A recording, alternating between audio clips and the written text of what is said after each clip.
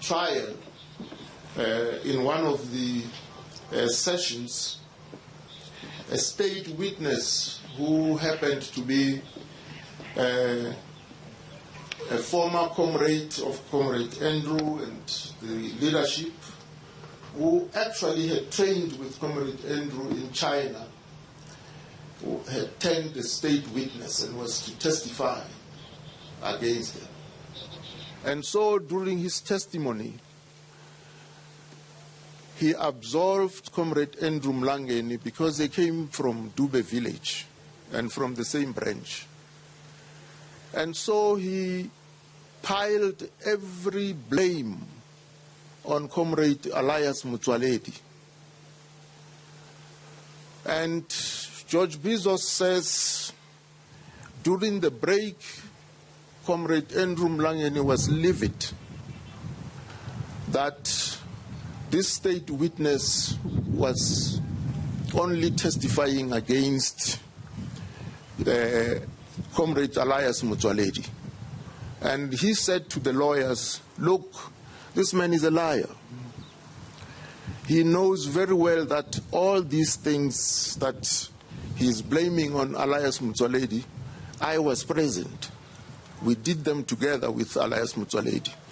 And so George Bezos says they begged him and said, look, please leave this to us as lawyers. We will know how to handle this witness. That was a manifestation of comradeship and solidarity. Many frail-hearted people would have thanked their gods that this state witness is not implicating them in any wrongdoing. But for Comrade Andrew, the question was, why must Comrade Elias Motsoaledi bear the cross all by himself for deeds that they were collectively involved in? This scarce and admired quality tells us of the solidarity, courage, and selflessness of Comrade Andrew and his generation of leaders. Through his devotion, Comrade Andrew represented and personified a higher calling that went beyond the petty notion of I, me, and myself.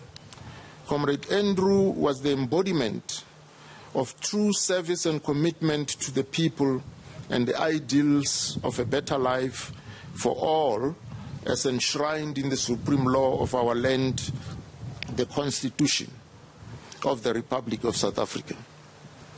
As we gather here to lay down a wreath and pay respect to one of the most revered servant leaders, we reflect on the life of Ntate Andrew Mlangeni, the last of the leaders who stood trial in the state versus the National High Command and others, which is colloquially referred to as the Rivonia trial. He departed from our midst in the year 2020, at a time when our nation and the rest of the world were and still are being ravaged by the coronavirus, which has disrupted practically all human life as we have come to understand it. Remembered as a giant amongst giants, Comrade Andrew was a leader of our struggle who embodied the very core of what our struggle represented and stood for. He was an elder on whose counsel one could rely because he was truthful, earnest, and dependable. He generously gave us his knowledge and skills. His pleasant, passionate, and upright nature shone throughout his life. These potent memories of this man, noble of character, are ephemeral recollections that last only as long as the consciousness of those who hold them. And so, it is our duty and responsibility to make real here on earth what the angels in the heavens now have in their grasp, a legacy of Comrade Andrew that exemplifies loyalty that inspires others to lead a life worthy of celebration. The void he leaves behind is not easy to fill, and rising to the challenge should be our daily bread. The tombstone of Comrade Andrew and that of his compatriots, our ceremonial wreath-laying, traditional homage, and our prayers to the above are sacred gestures in honor of those who came before us. They become landmarks of contemplation and reflection for those that will come after us. They become a tribute cast in stone that acts as a starting point to discover and understand the life of ancestors. These congregations become a treasure trove of information where the stories of the departed live on and are shared. Their stories live here. And in the case with Comrade Andrew, his story lives here alongside his abiding wife, Comrade June Mlangeni. Laying side by side, these gravestones, united in their position as a stimulus for uncovering the untold stories of our past, are a compelling reminder of the power of love and the conviction to effect lasting change for all.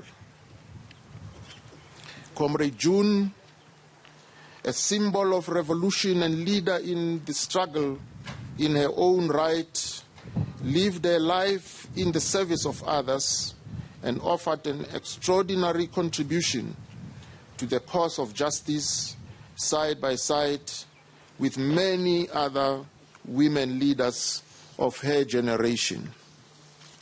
As a pillar of strength and support for their marriage, home, family, and community, during the darkest times of apartheid, Comrade June also suffered imprisonment after a passbook protest march in 1956.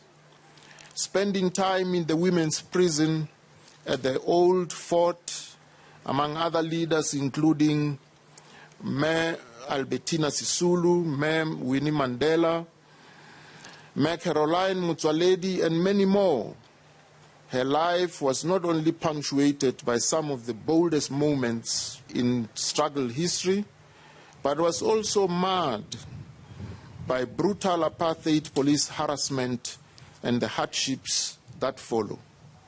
Therefore, we who gather to pay tribute and commemorate Comrade June and Comrade Andrew must pledge to each other in the name of the people of South Africa that we will always remember their contribution, that we will live up to their example, and that we will continue with determination to complete and improve the task to which they dedicated their lives. Our pledge must be a call to action for every citizen to be vigilant, because the price of freedom is perpetual vigilance. As Comrade June and Comrade Andrew's souls rest in eternal peace, may their legacy continue to keep us all along the path towards creating a better South Africa for all its citizens. And I want to thank you for your kind attention.